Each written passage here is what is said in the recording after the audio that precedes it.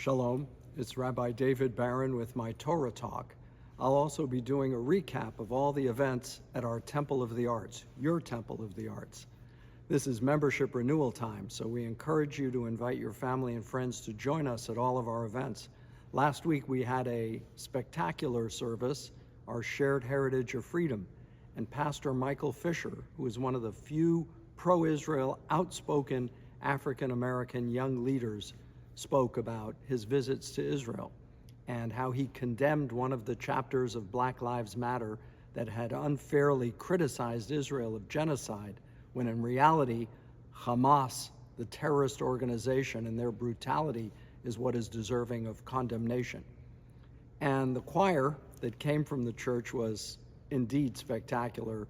Young people who sang brilliantly and passionately of their love of God, and we shared that experience together here at our Temple of the Arts and our beautiful auditorium, our beautiful synagogue, and everyone enjoyed the experience.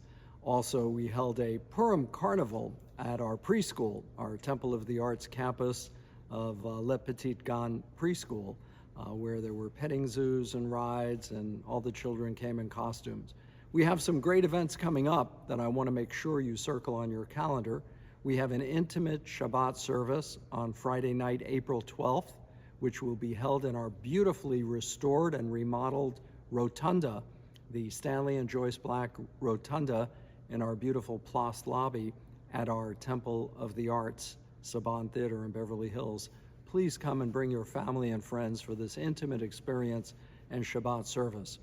While Cantor Pierce is out of town, Cantor Nathan Lamb will be leading the service with myself and our music director, Sharon Farber. And if you like a little more tradition, on that following Shabbat morning, everyone's invited. We'll be holding a Shabbat morning service on Saturday, April 13th at 10 a.m.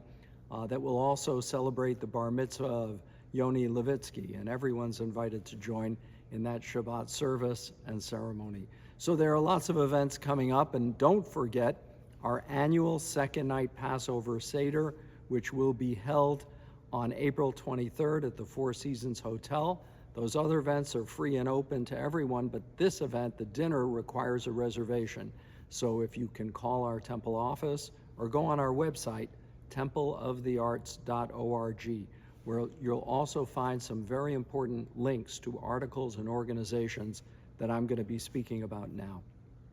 All of us have been perturbed at the rise in anti-Semitism, and I want to urge all of you to take actions, not just to read about it and moan and kvetch, but to take an action. Write to the president of the university that you attended. Tell him you're deeply concerned about the impact of anti-Semitic incidents on campuses around the country, and that you want to make sure that as alumni of these universities, you desire for him to be put on notice that anti-Semitic actions against Jewish students are not to be tolerated at the university that you attended. All of us can do that.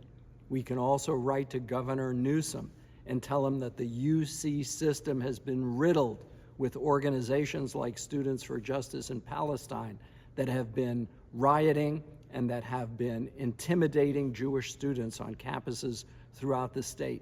There's a lot that we can do.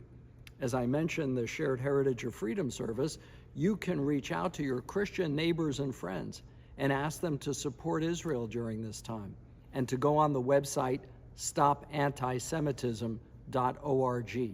That's crucial as well, and they'll have plenty of advice and recommendations on what actions we can all take together to stop the rise in anti-Semitism. You know, the brutality of Hamas must never be forgotten. It's something that's traumatized Israel, and all of us have a role to play in making sure that that message is not forgotten. Also, I'm going to be sending you an email and a link to an article by a Palestinian woman and a Palestinian writer who both speak about what Hamas has done to its own people in Gaza, how brutally they've treated them and what they've subjected them to during this time. I know that many of us recognize that so many Palestinians support Hamas, and that's tragic, and that'll take generations of re-education to change, because These children from an early age have been taught to hate Jewish people and to hate Israel, and that will take time to remove those elements from their educational materials and curriculums. But right now, we've got to rally together as people of faith, engaging others of other faiths and ethnicities to stand with us and to support Israel. And each of you knows you have someone in your circle of friends who you know you can turn to at this time and engage them in this conversation. Yes, it's tragic if women and children are killed in Gaza as Israel seeks to eliminate Hamas once and for all for their brutality, which they've promised to repeat again and again if they're left in power. And while that tragedy is real, we have to remember who inflicted that tragedy on its own people. And it's none other than the leadership of Hamas, corrupt people who stole billions of dollars in aid from their own people, who built tunnels and bought rockets and weapons of war and destruction, which they wreaked upon so many innocent Israeli civilians. We know that the hostages that are still being held in those tunnels are being brutally treated. Many of the women who were released spoke about sexual harassment and sexual rape and attack. And again, we have to highlight to the organizations that we support in the women's movements that they must stand up and speak out. Sadly, many of us recognize that silence in the face of this atrocity is a path that too many people take. Either they're afraid or intimidated, whatever it might be. And if there's one lesson that Passover teaches us, is that there can be no compromise with tyranny. We have to stand up to those violent forces in the world and demand the freedom of the hostages immediately as a precondition to any conversation about ceasefire, in spite of what the United Nations does. And I have to admit deep disappointment in our government for not standing with Israel and abstaining in the recent United Nations resolution, which demanded a ceasefire and did not insist on the immediate release of the hostages, effectively tying Israel's hands. So for many of us, there's a task to be done. But you know, freedom cannot be won by simply making statements. Actions have to be taken.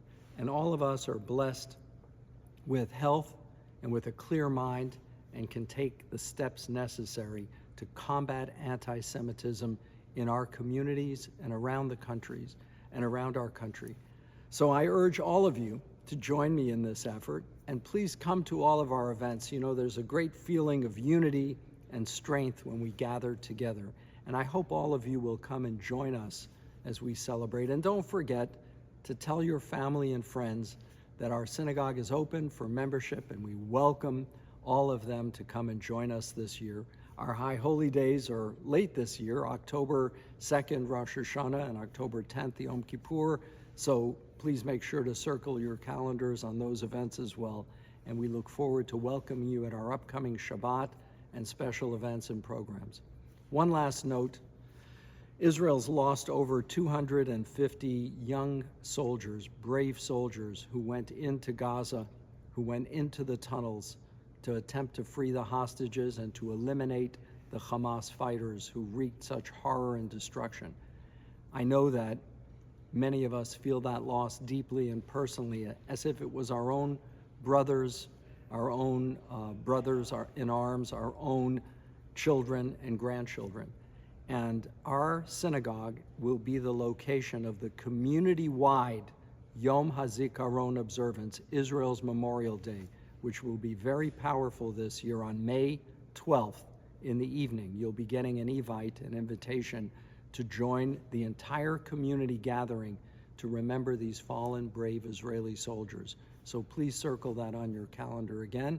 And I'm looking forward to greeting you personally and welcoming you to all of our synagogue events at Temple of the Arts.